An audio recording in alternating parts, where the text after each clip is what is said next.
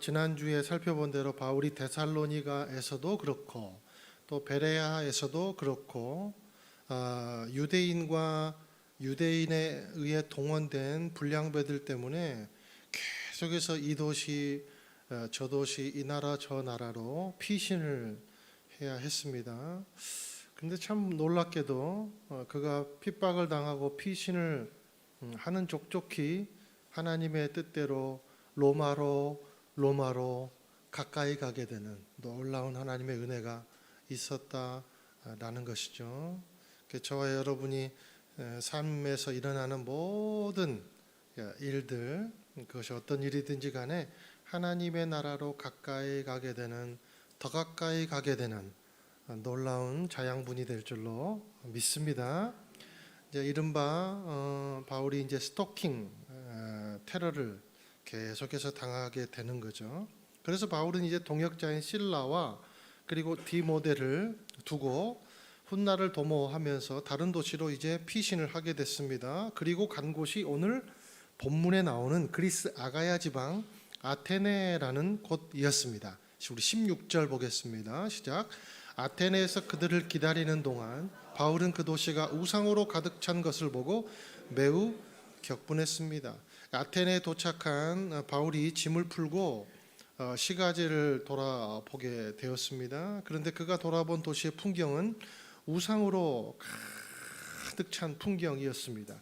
그래서 영적인 눈으로 볼 때는, 또 영적인 후각으로 볼 때는 아주 그냥 쾌쾌한 냄새, 또 영적인 시각으로 볼 때는 아주 쾌한 그런 도시가 아테네의 도시로 그렇게 바울에게는 지금 입력이 된 것입니다. 그래서 16절 하반절에 보니까 매우 격분했습니다, 이렇게 표현하고 있습니다. 이 말의 의미는 화가 머리끝까지 나서 격분했다는 말이 아니고, 우상으로 죽어가는 영혼들을 보면서 너무나도 이 안타까워 가지고 가슴을 치며 통탄을 했다, 이런 의미가 바로 격분했다라는 의미입니다. 자, 그러면 도대체 이 아덴이란 도시에 얼마나 많은 우상이 있었으면 이렇게 바울이 통탄했을까라는 거죠. 기록에 의하면 아테네의 인구가 한 당시에 2만 정도가 조금 넘었다고 합니다. 그런데 우상의 인구수는 3만이 넘었다고 해요. 그러니까 인구수보다 뭐가 많아요? 우상의 수가 더 많은 거죠. 더군다나 고대나 중세에 이 그 신이라는 것은요, 다 형상으로 표현해내야 신이었어요. 그러니 이 3만 개가 넘는 신들을 다 표현하고 신전을 만들고 주상을 만들고 형상을 만들다 보니까 얼마나 많은 그런 그 형상들이 넘쳤겠어요. 그러니 도시 자체가 바울의 눈으로 볼 땐 완전히 우상 집결소 같은 이미지다 보니까 바울이 당연히 침통해야 할 만한 하지 않았는가, 그런 생각이 드는 것이죠. 우리가 아테네가 참 기가 막힌 도시이기 때문에 아테네라는 그 도시를 우리가 알고 넘어갈 필요가 있어요. 이 아테네라는 도시는 여러분 고대 그리스 수도가 어디죠? 그럼 이제 아테네잖아요, 그렇죠? 아테네는 그 소크라테스, 네 자신을 알라 막 그랬잖아요. 그 소크라테스하고 플라톤이 이곳에서 태어나서 탯줄을 잘랐습니다. 그러니까 얼마나 그 고풍인 도시였겠어요, 그렇죠? 그리고 그 유명한 아리스토텔레스, 그리고 오늘 여기 18절에 보니까 에피쿠로스, 스토아 다 들어봤죠, 여러분? 그 스토아가 이제 지금 정착한 스토아라는 단어, 여러분 가게라는 말이 영어로 스토어인 줄 아시죠? 여기서 유래했어요. 그래서 그런 에피쿠로스 그리고 스토아 학파의 창시자가 제논인데, 아리스토텔레스나 제논이 바로 이 도시에서 이렇게 막 철학을 선포하고 사람들과 막 이렇게 막 논쟁하고 자기 철학을 막 이렇게 강연하고 그런 곳이었다는 거예요, 아테네가. 그러니 철학의 중심지죠. 당시에 로마는 정치의 중심지라면 아테네는 철학의 중심지다, 이렇게 우리가 말할 수가 있겠습니다. 아테네는요 또 민주주의의 요람이에요. 바울이 당시에 아테네를 방문했을 때도 여전히 그 민주주의 요람의 명맥이 유지가 되고 있었습니다. 그러니 얼마나 발달됐겠어요. 사상적으로나 철학적으로나 이념적으로나 얼마나 자유분방하고 발달됐겠습니까? 여러분 또 한 가지 우리 기억해야 될 게 있어요. 군사적으로도 매우 자부심을 일으킬 만한 사건이 역사가 아테네에서 일어납니다. 바로 페르시아와 전쟁이에요. 페르시아가 당시에 10만 대군을 몰고 아테네를 공격해 오는데 아테네가 10,000명 정도의 군사를 가지고 이겼어요, 졌어요? 완전히 박살을 내버렸어요. 이겨버렸어요. 그래가지고 거기서 아테네에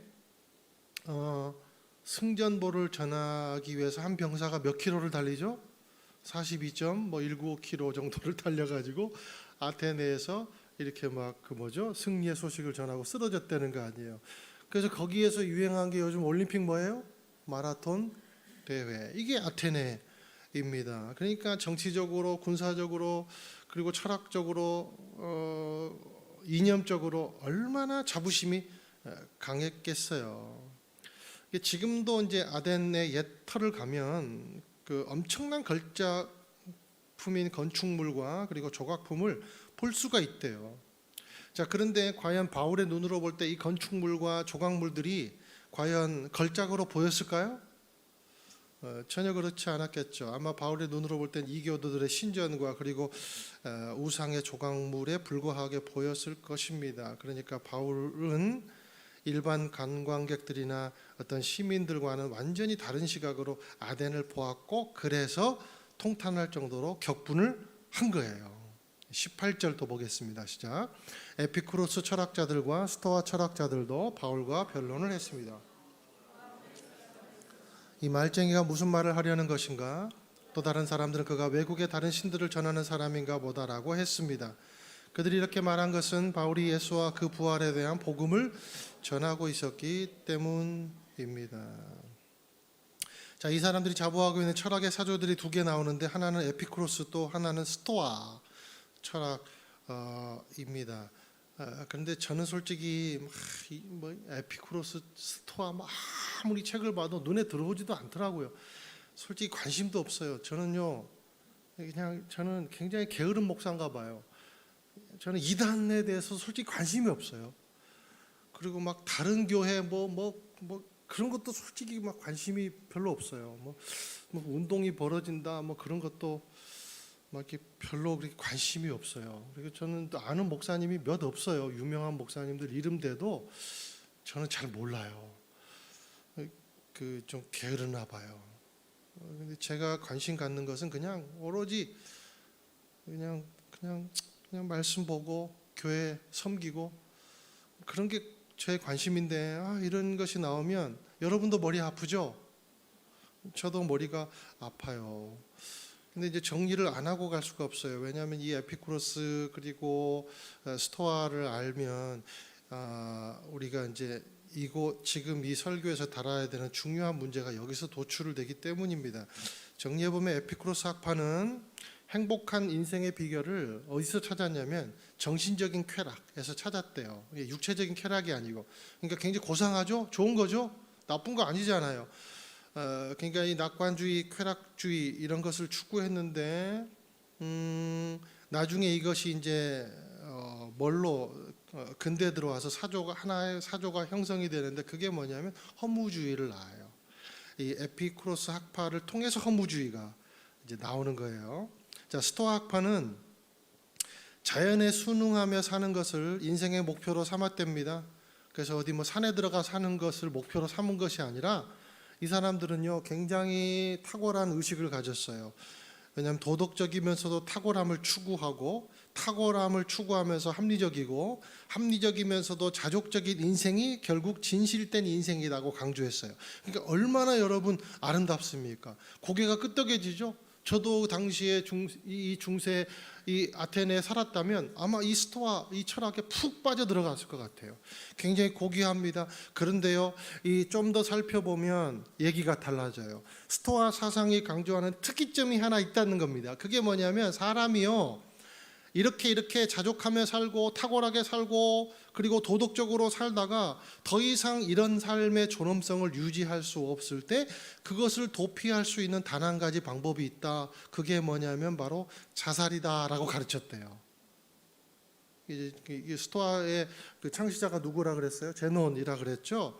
그런데 아이러니하게 이런 주장을 하면서 설파한 스토아 학파의 창시자 제논도 자살을 했어요. 그러니까 결국 이 두 학파의 주장을 살펴보면서 공부해 보면서 느낀 것은 뭐냐면 그렇구나. 자, 이 두 가지 두 학파의 주장을 살펴보면서 그렇구나. 결국엔 이들의 학문이 이들의 철학이 허무와 불안이구나. 그런 생각을 했어요. 여러분 놀랍지 않습니까? 이 똑똑한 사람들이 모여서 머리를 싸매고 인생을 논하고 진리를 쫓아 찾아간 그 결과가 바로 뭐예요? 허무하고 불안한 거라는 거죠.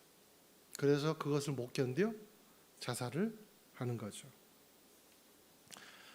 이 정도 철학이 발달하고 지성이 발달하고 하늘을 찌를 듯한 그런 지성이 발달했다면 세상에 뭔가 우상 말고 자살 말고 죽음 말고 허무 말고 뭔가 좀 번듯한 것이 있어야 되지 않겠어요? 그렇죠? 그런데 아덴은 3만 개가 넘는 우상이 있고 심지어는 알지 못하는 신에게도 제단을 만들어 섬기는 그런 참 우스꽝스러운 일들이 벌어졌다는 겁니다. 왜 그랬을까? 왜 그랬을까? 아무리 엄청난 지식을 가지고 철학을 가지고 문명을 가져도 밀려드는 삶의 허무와 불안을 못 극복하더라는 거예요. 극복하지 못하더라는 거예요.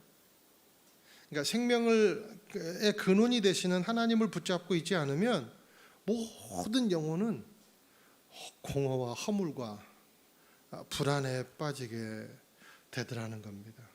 여러분 불안은요 죄인들의 근본 감정이에요.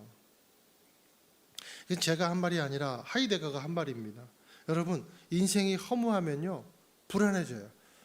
여러분 허무하면 불안해지고 불안하면 허무해집니다. 그래서 불안과 허무는요 두 개가 짝이에요. 너무 친해요 둘이. 그래서 말씀드렸지만 하이데거가 불안이라는 것을 이렇게 정의했어요. 무엇이라 설명하기 어려운 근본 기분이 근본 감정이 바로 불안이다.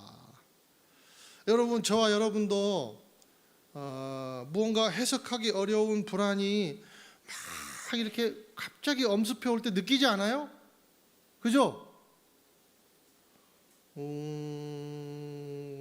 그 뭐죠? 아침에 갑자기 일어나면 불안. 여러분 아이들이 왜 울어요? 일어났는데 저도요 초등학교 때 이상하게 아침에만 일어나면 이상하게 막 뭔가 공포가 막 그런 거 여러분 느끼지 않아요? 그런 것도 느끼고 나이가 들어가면서 더 불안해지기도 하고 자녀들이 말 안 들어도 불안해지기도 하고 자녀들이 늦게 들어와도 불안해지고 남편이 쿠사리를 주는 건 거의 없지. 아내한테 그렇게 막 쫄림을 당해도 막 불안해지고 연말이 되면 불안해지고 그죠? 뭔가 일을 맡았어도 불안해지고 노을이 져도 불안해지고 근데요 놀라운 건요 이게 해석이 안 돼요.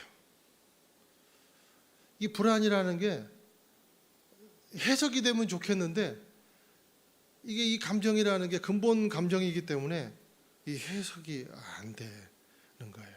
그래서요 실체가 없어요. 이게 어디서 오는지도 몰라요. 이게 죄인의 기본 감정이라는 겁니다. 그래서 그것이 이제 느닷없이 우리한테 닥쳐와 가지고 우리 인생을 그냥 막 휘저 놓는 거예요. 그래서 유혹에도 몸을 담궈 보고 책에도 몸을 담궈 보고 운동에도 몸을 담궈 보고 지식에도 몸을 담궈 보고 인스타에도 몸을 담궈 보고 일 중독에도 빠져보고 관계에도 목말라하고 어떤 사람은 문을 탁 잠궈놓고 자기 동굴에 갇혀가지고 들어가서 못 나온 사람도 있습니다. 그런데 이런 행위로는 불안은 극복되지 않더라. 허무와 불안은 극복될 수가 없더라 라는 거예요. 우리가 아무리 SNS에 행복한 사진으로 도배를 하고 인스타에다가 몇 기가를 채워 넣는다 해도 우리 내면에 이 정체 없는 불안은 해소가 안 되는 거예요. 그래서 이들이 새로운 지식을 계속 쫓은 거예요. 그런데 그 끝은 뭐라고요? 극복하지 못했다. 내가 먼저 간다. 그리고 자살을 하는 거예요.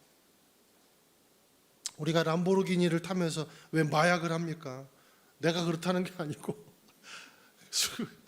여러분 그 좋은 캐슬에 살면서 왜 자살을 합니까? 이 기본 감정을 극복하지 못해서 느닷없이 밀려오는 불안과 허물을 극복하지 못해서 그러는 거예요. 어거스틴은 그런 말을 했어요. 모든 인간에게는 하나님만이 채울 수 있는 공간이 있다. 여러분 이게 하나님이 죄인에게 인생에게 주신 세팅 값이에요. 그러니까 아무리 뭘 채워서 내 인생에 이 공간을 채워보려 해도 안 되는 거예요. 하나님이 그렇게 세팅해 놓으셨어요. 누구든지 나로 말미암지 않고서는 평안이 있을 수가 없고 아버지에게도 갈 수가 없고 진정한 구원을 누릴 수도 없다. 내가 내게 주는 평안은 세상이 주는 평안과 완전히 다르다. 수고하고 무거운 짐진 자들아 다 내게로 오라. 그러면 그 공간 내가 채워줄 것이다. 이 하나님의 세팅값이라고요. 사랑하는 여러분, 저와 여러분이 예수님을 나의 구주로 믿는다는 자체가 인생의 최고의 세팅값을 가진 인생임을 여러분 감사하게 되시기를 예수님의 이름으로 축원드려요. 누가 그것을 갖고 있었어요? 여기 18절 마지막에 보니까 바울이 예수와 그 부활에 대한 복음을 전하고 있었기 때문입니다. 이 불안과 허무에 빠진 사람들 앞에서 누가 혼자 자유로운 영혼으로 있어요? 생명을 가진 한 사람, 하나님을 믿는 그 한 사람, 복음을 든 한 사람이 자유를 가지고 그들에게 생명의 복음을 전하고 있는 그 사람만이 인생의 불안과 허물을 극복한 채로. 여러분 아테네 사람들이 더 고생을 많이 합니까? 바울이 고생을 더 많이 했습니까? 고생은요 바울이 더 많이 했어요. 그런데 누가 제일 자유로워요? 바울이 가장 자유로운 사람으로 지금 서 있는 거예요. 왜? 세팅 값을 가졌기 때문에, 해결했기 때문에. 그러니 바울의 입장에서 침통해하지 않을 수가 없었던 것이죠. 19절에서 21절까지 읽겠습니다. 그때 그들은 바울을 붙들어 아레오바고 광장으로 데려가 말했습니다. 당신이 소개하고 있는 새로운 가르침에 대해 우리가 알 수 있겠습니까? 당신이 우리에게 생소한 것들을 전하니 우리가 모든 아테네 사람들과 거기 사는 외국 사람들은 보다 새로운 것을 말하거나 듣는 일에 시간을 쏟던 사람들. 왜? 불안하기 때문에, 허무하기 때문에. 자, 이 아레오바고 광장이라는 곳이 나와요. 여기도 우상 숭배 장소예요. 그러니까 그냥 뭐 좋다 하는 데는 다 우상 숭배. 그러니까 아레오라는 그 전쟁 신이 있었대요. 그 그리스 전쟁 신의 이름을 따서 아레오 언덕, 즉 아레오바고라고 이름을 붙였다고 합니다. 자, 바울은 이 권위 있는 장소, 그러니까 철학을 논하는 장소, 이 아레오바고 광장에 지금 이제 어떻게 보면 초대됐고 어떻게 보면 끌려왔고 이제 그런 거예요. 그래서 바울을 이곳에 데려와서 이 새로운 것을 그렇게 좋아하는 아테네 지식인들이 바울이 전하는 이 듣도 보도 못한 이러한 논리를 한번 들어보자고, 판단해 보자고. 그래서 이제 바울에게 강연할 기회를 주는 거예요. 22절 23절 읽겠습니다. 그러자 바울이 말했습니다. 아테네 시민들이여, 내가 보니 여러분은 여러모로 매우 종교적인 사람들입니다. 내가 두루 다니면서 여러분이 무엇을 섬기는지 자세히 살펴보다가 알지 못하는 신에게라고 새긴 제단도 보게 됐습니다. 이제 여러분이 알지도 못하고 예배해온 그 신을 내가 여러분에게 전하고자 합니다. 자, 이 사람들은 3만 개 이상의 우상을 만들어 놓고도 불안불안한 거예요. 그래서 혹시나 우리가 알지 못하는 신들을 섬기지 못해서 혹시라도 실수하지 않을까, 그런 마음에 제단을 또 하나 만들어 놓고 거기다가 편말을 붙였어요. 알지 못하는 외국 신들에게 이 제단을 바칩니다. 그래 놓고 거기다가 이제 경배를 하고 섬기고 했다는 겁니다. 바울이 이 심리를, 이 제단을 보고 이렇게 얘기해요. 너희들이 알지 못하는 그 신, 내가 지금 이제 그 신을 정리해 주겠다, 소개해 주겠다. 그 신이라고 불리는 사람이 누군지, 분이 누군지, 그분이 바로 하나님이시다라고 소개를 지금 하고 있는 거예요. 근데 바울의 이 강론이 굉장히 은혜롭습니다. 우리 한번 볼까요? 24절부터 32절까지 한번 쭉 한번 읽어보시죠. 시작. 그 신은 온 세상과 그 안에 모든 것을 창조하신 하나님이십니다. 하나님께서는 하늘과 땅의 주인이시며 사람이 손으로 지은 신전들 안에 살지 않으십니다. 하나님께서는 뭔가 부족해서 인간의 손으로 섬김을 받으실 분이 아닙니다. 하나님께서는 바로 모든 사람에게 생명과 호흡과 다른 모든 것을 주시는 분이시기 때문입니다. 하나님께서는 한 사람으로부터 모든 민족을 만들어 온 땅 위에 살게 하셨고 각 나라의 연대를 미리 정하시고 그들의 국경도 정해 주셨습니다. 이렇게 하신 것은 사람들이 하나님을 찾기를 바라시기 때문입니다. 사람이 하나님을 더듬어 찾기만 하면 만날 수 있습니다. 사실 하나님께서는 우리 각 사람과 그리 멀리 떨어져 계시지 않습니다. 왜냐하면 하나님 안에 우리가 살고 움직이고 존재하기 때문입니다. 여러분의 시인 가운데 어떤 사람이 말했듯이 우리가 그분의 자녀입니다. 그러니 우리가 하나님의 자녀인 이상 하나님을 사람의 생각이나 기술로 금이나 은이나 돌에 새겨 만든 형상 따위로 생각해선 안 됩니다. 알지 못했던 시대에는 하나님께서 그대로 내버려 두셨지만 이제는 어디서나 모든 사람에게 회개하라고 명령하십니다. 하나님께서는 자신이 세운 한 사람을 통해 세상을 공의로 심판하실 날을 정하셨기 때문입니다. 하나님께서는 그를 죽은 사람들 가운데서 살리심으로 모든 사람에게 이날에 대한 증거를 보이셨습니다. 자, 바울의 이 긴 강론을 한 문장으로 정리해 보면 이거예요. 하나님은 창조주이시고 너희들은 하나님의 자녀들이다 라는 거예요. 그런데 너희들은 자녀됨의 길들을 잃어버렸다. 내가 그 방법을 제시해 주겠다. 그 방법은 뭐냐면 우리를 위해 십자가에 못 박히시고 부활하시고 또 오실 그 예수님, 그 예수님을 영접하는 길이다. 이게 지금 이 긴 강론의 주제예요. 자, 아덴의 사람들과 철학자들이 그토록 진리를 알고 싶어 해가지고 자연을 신으로 섬겨보기도 하고 그리스 로마의 신들을 섬겨보기도 하고 훌륭한 죽은 사람들을 섬겨보기도 하고 하늘의 1월 성신을 막 섬겨보기도 하고 알 수 없는 그 신들도 섬겨보기도 하고 그랬는데요. 그런 너희들이 섬긴 그 인간, 그 자연, 이거 다 누가 만든 거냐? 하나님이 만드신 거다.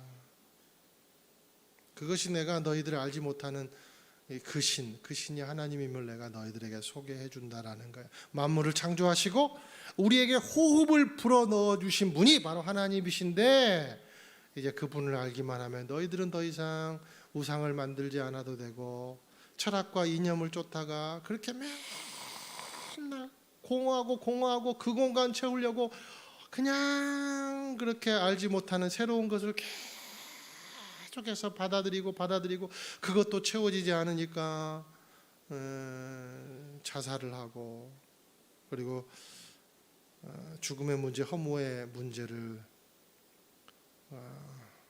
풀지 못하고 죽어가는 그 영혼에서 이제 너희들은 자유롭게 될 것이다. 이렇게 지금 얘기하는 겁니다. 저는 바울의 이 긴 설교문 중에 감동을 받은 두 문장이 절이 있었어요. 그래서 우리가 그 두 절을 한번 우리 삶 가운데 한번 적용하고 마치도록 하겠습니다. 우리 25절과 28절 한번 읽어보실게요. 시작. 하나님께서 뭔가 부족해서 인간의 손으로 섬김을 받으실 분이 아닙니다. 하나님께서는 바로 모든 사람에게 생명과 호흡과 다른 모든 것을 주시는 분이기 때문입니다. 28절입니다. 왜냐하면 하나님 안에서 우리가 살고 움직이고 존재하기 때문입니다. 여러분의 시인 가운데 어떤 사람이 말했듯이 우리가 그분의 자녀입니다. 사랑하는 여러분, 우리의 삶의 허무와 불안을 극복하는 길이 뭔가 우리가 한번 적용해 보기를 원합니다. 저와 여러분이 이거 하나 질문해 볼게요. 저와 여러분이 스스로 호흡하고 있다고 생각합니까? 오늘 멀쩡히 이렇게 막 수만 번, 수십만 번 막 저절로 들숨날숨 막 되니까 여러분 이게 스스로 여러분 호흡하고 있다고 생각해요? 그게 아니라는 거예요. 바울의 논리로 말하면 그게 아니라는 거예요. 절대 당신들은 스스로 들숨날숨하는 거 아니다라고 얘기해요. 두 번째 질문 드립니다. 여러분, 저와 여러분이 홀로 살고 있다고 생각합니까? 혼자 살고 있다고 생각해요? 인생 어차피 혼자 가는 거야. 마이웨이 외치고 있습니까? 절대 그게 아니다. 우리 하나님과 함께 살고 있다. 하나님 안에 우리가 살고 있다라는 거예요. 우리의 호흡은 25절의 말씀대로 하나님께서 우리에게 호흡을 주셨대요. 그래서 우리 스스로 호흡하지 않고 우리가 누구 안에서 호흡해요? 하나님 안에서 호흡해요. 저와 여러분이 하나님 안에 있는 한 절대로 혼자이지 않습니다. 절대로 여러분 혼자 살고 있는 게 아니에요. 혼자 걷고 있는 게 아니에요. 우리는 하나님 안에서 함께 하고 함께 살고 있다는 거예요. 그러니 불안에 빠지지 말고 허무에 빠지지 말라는 거예요. 여러분이 생명은 마음대로 할 수 있어요? 여러분이 여러분 생명 마음대로 할 수 있어요? 왜 우리가 불안과 허물에 빠지는가? 스스로 호흡할 수 있다고 착각하고 내 인생의 호흡의 주체는 나라고 생각하기 때문에 겁이 많아지고 허무하고 공허하게 되고 갑작스럽게 닥쳐오는 그런 일들에 대해서 대처하지 못합니다. 제가 이 생각을 하면서 이것을 몸소 느끼는 어떤 그런 방법이 없을까? 관념적으로 말고 실제적으로 무슨 방법이 있을까 고민을 했어요. 그러면서 묵상을 하다가 한번 저도 실험을 해봤거든요. 호흡을 한번 멈춰보자. 내 마음대로 되는가? 그래가지고요 어제 시계를 딱 하고 호흡을 하고 딱 멈춰봤어요. 한번 해볼래요, 여러분도? 진짜 한번 해보기를 바랍니다. 근데 이제 이렇게 하면 저도 한 2분 저도 심폐가 괜찮나 생각이 들더라고요. 근데 여러분 이제 하면 2분 이상 걸리니까 시간 많이 가니까 최대한 호흡을 한번 내뿜어내고 한번 제가 하나 둘 셋 하니까 여러분 호흡 한번 참아보세요. 다 내뿜었어요? 자, 멈춰보세요.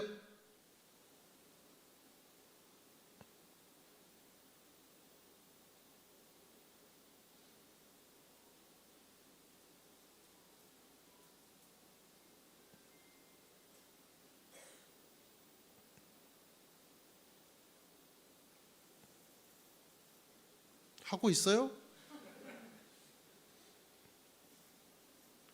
얼굴 빨개지고 좀 있으면. 여러분 이게 돼요, 안 돼요? 여러분 마음대로 멈춘다고 멈춰져요, 안 멈춰져요?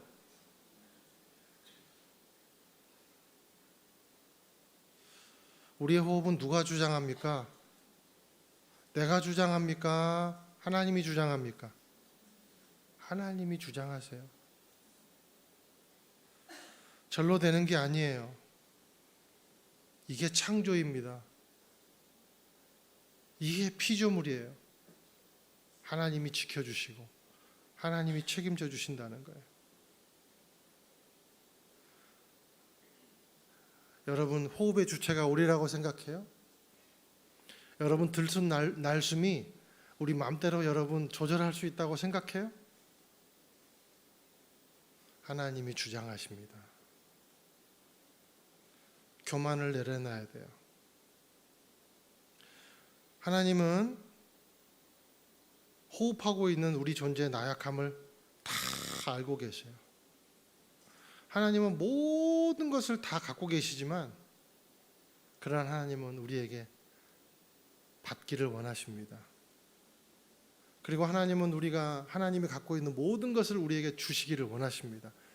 그분이 누구예요? 예수 그리스도다라는 거예요.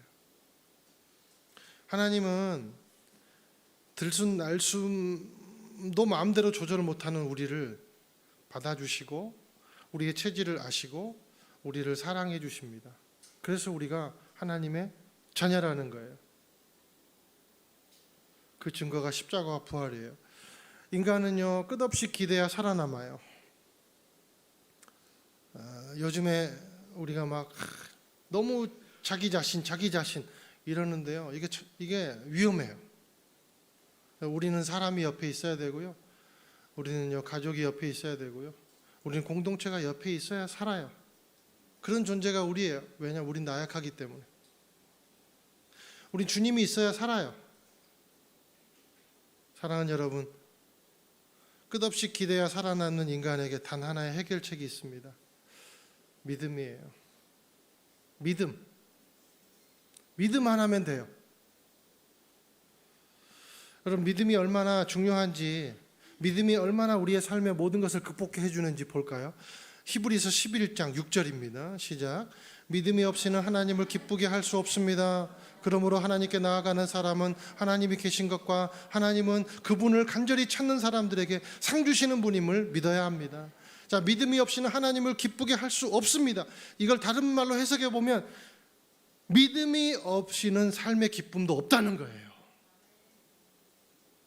하나님 안에 우리가 거하지 않으면 삶의 기쁨도 없다는 거예요. 그러니 그 반대 불안과 허무가 자리 잡을 수밖에 없다라는 거예요. 사랑하는 여러분, 믿음은 인생의 최고의 가치입니다. 이것을 믿으시기 바랍니다. 믿음은 인생의 최고의 상수예요. 다른 모든 것들은 중수하수예요.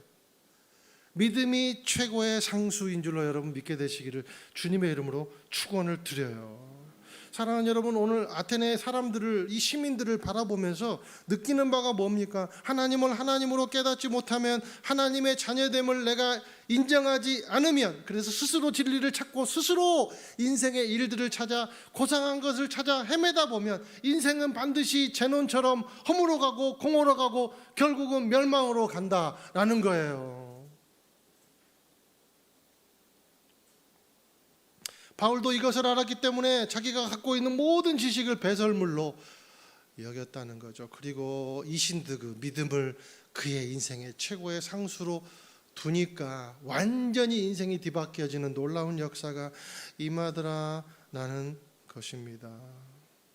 그리스도가 우리를 위해 죽으시고 다시 살아나셔서 우리 안에 거하시는 그 연합의 기쁨 안에 있는 사람은 여러분 잠시 불안할지 몰라도 극복하게 돼 있습니다. 극복뿐만 아니라 기쁨을 누리게 돼 있습니다. 그러므로 믿음은 우리 인생의 최고의 가치인 줄로 믿습니다. 여러분, 우리가 솔직히 왜 이러고 있어요? 상 받으려고. 여러분, 우리가요 왜 봉사를 하고 솔직히 그 마음속에 뭐가 들어가서 주님께 상 받고 싶고 주님께 칭찬받고 싶고 사람에게 인정받고 싶고 그런 거잖아요. 그런데 믿음이 있으면 이것도 해결해 줄 것이다. 이것도 해결해 줄 것이다. 그러므로 하나님께 나아가는 사람은 하나님이 계신 것과 하나님은 그분을 간절히 찾는 사람에게 반드시 뭣도 해결해 줘요? 상급도 주시더라. 해결된 거예요. 우리 모두가 상 받고 싶어 불안하고 허무하고 그러지 않습니까? 하나님을 갈망하고 찾는 영혼은 불안과 허무가 없더라. 불안과 허무가 없더라. 엄청난 영적 특혜와 상급이 보장되어 있는 겁니다. 이 상급을 바라며 모든 인생의 가치를 바울처럼 바라보고 해석하는 귀한 삶이 되시기를 바랍니다. 저와 여러분은 하나님의 자녀입니다. 이 믿음이 저와 여러분을 살릴 거예요.